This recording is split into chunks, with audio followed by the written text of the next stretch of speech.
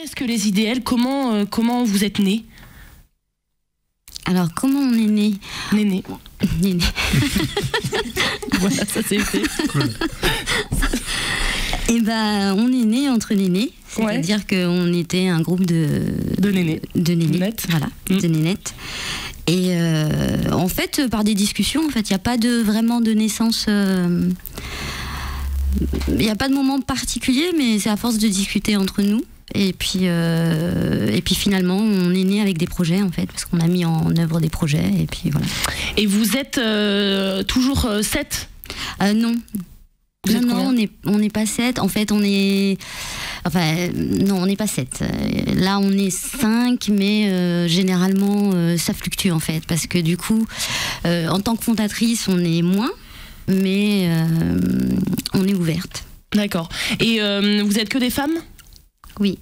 Mais on n'a pas fait exprès, ça aussi. Ouais, d'accord. On nous demande souvent. D'accord. Alors, qu'est-ce que les IDL?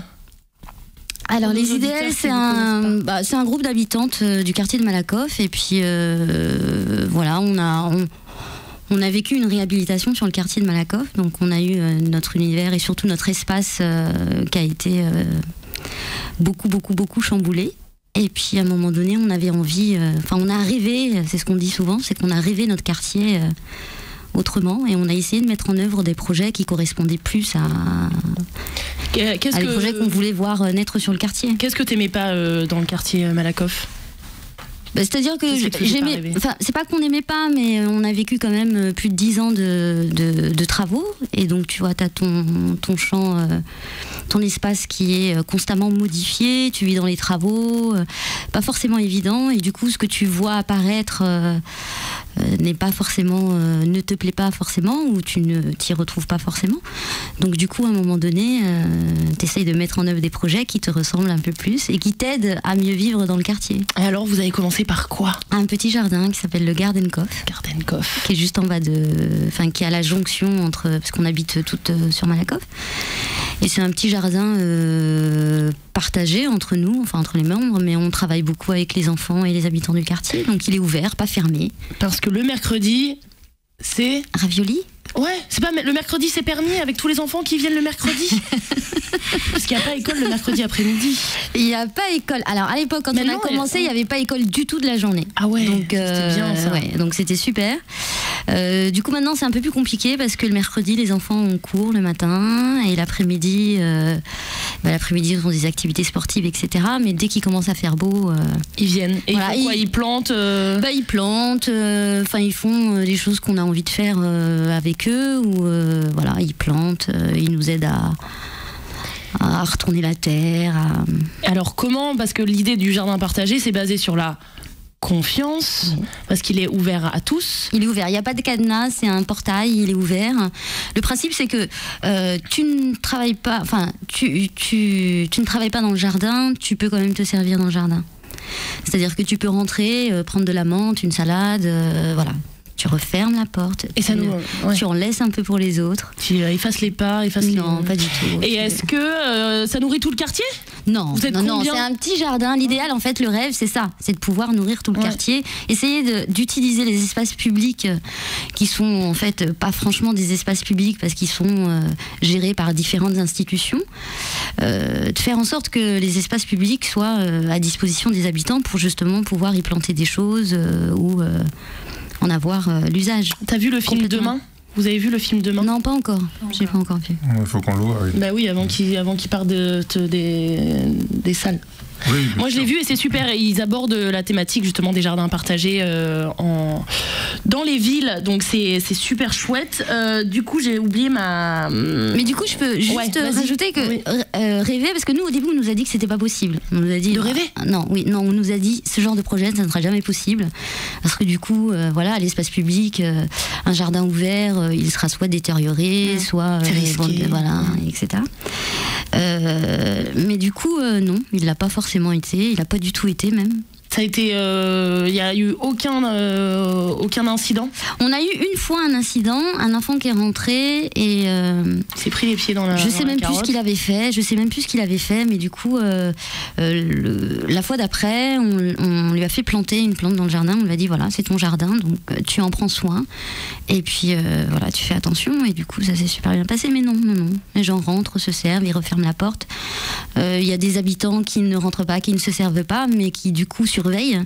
Donc ils nous disent ah, j'ai vu des enfants avec un vélo rentrer, je leur ai dit de sortir vite fait, voilà. Mais du coup l'idée, enfin, parce que quand on rêve souvent endormi. Donc là, il y a les rêves éveillés aussi. Il y a les rêves éveillés. Donc là, c'était vraiment un rêve éveillé, mais ça commence à prendre forme parce que du coup, après, on a rêvé d'avoir un composteur géant. Donc on a eu un composteur géant avec les écovores. Avec les écovores. Des gens super. On a rêvé qu'il y ait des jardins partagés, mais vraiment dans tout le quartier. Et du coup, là, il y en a un avec une grosse parcelle du côté de la rue de Tchécoslovaquie à Malakoff qui est en train de se mettre en place. C'est-à-dire que la mairie, avec Nantes Habitat, ils ont directement intégré dans la rénovation la possibilité d'avoir un espace pour jardiner entre habitants. Donc ça, c'est vraiment super. Et du coup, ils ont vraiment une grosse parcelle par rapport à la nôtre. Et il y en a peut-être un autre qui va arriver d'ici 2 ans. Donc c'est top. C'est top, ouais, c'est top. Mais moi, j'aimerais bien avoir un jardin partagé. Je peux venir quand même si je suis pas dans le quartier. Mais non, justement, c'est le principe. Alors, c'est pas un jardin partagé dans le sens où c'est un jardin collectif, en fait. Ben oui. C'est-à-dire que... Et puis du coup, juste en face, on a mis en place ce qu'on appelle une station gourmande. Station-service. Station gourmande. Donc c'est un grand espace de culture où tout le monde là peut planter, récupérer après les fruits voilà, avec des arbres fruitiers, une grande table de pique-nique. Et ces temps-ci, on peut manger quoi? À ces temps-ci, on peut manger pas grand-chose. Ah ouais? Ah ouais, mince. Et c'est quoi le prochain projet de Mais tu peux venir au printemps, avec plaisir, sentir les fleurs. Ah, j'adore. Il y a vraiment des tournesols ou pas? Ouais, c'est vrai. Cette année, on n'en a pas encore planté, on va pas les planter tout de suite. C'est quand même incroyable, cette plante qui se tourne vers le soleil. Elle est magnifique. Elle est géniale. Elle est magnifique. Ah, tournesol, si tu nous entends. Juste, est-ce que tu veux nous parler un peu de délire de faciès? Qu'est-ce que vous avez fait là avec Créalter? Je trouve ça très rigolo. C'est vrai? Ouais. Alors, du coup, au début, tu me demandais tout à l'heure si on n'était que des femmes. Oui, on n'était que des femmes. Mais au début, on nous a dit, ça ne marchera pas. Puis après, on nous a dit, c'est des nanas, elles sont un peu mignonnes, elles s'emmerdent. Donc, du coup, elles ont envie de... Voilà, c'est des citadines. Mais du coup, on revendique aussi... on veut plus de nature en ville, mais on revendique le côté citadine. Enfin, on n'a pas envie non plus d'aller habiter en campagne. Ouais. Et du coup, on a rencontré les Créalters et on a joué de cette image-là. Donc, on a fait les Desperate Housewives, c'est-à-dire qu'on a posé dans le jardin en talons. Trop bien. Et habillé comme si on allait sortir avec des arrosoirs. Et... C'est chouette. Oui. Et du coup, ton sac à main, en fait, c'est un arrosoir? Ouais. Je peux pas mettre grand-chose dedans. Mais bon, c'est pas mal. C'est pas mal. Je peux au moins mettre de l'eau. Et mais c'est rigolo. Moi, j'ai regardé la vidéo qu'ils avaient fait avec c'est les portraits de créateurs d'alternatifs. Ah, la table de poker? Non. Des interviews de personnes. Ah, parce qu'il y a eu un autre projet aussi après. Ah ouais. Mais moi, j'ai vu la vidéo sur des gens qui sont un peu dits alternatifs et qui témoignent un peu sur la vision qu'ont les gens d'eux, qui sont complètement perchés, bobos, marginaux, tout ça.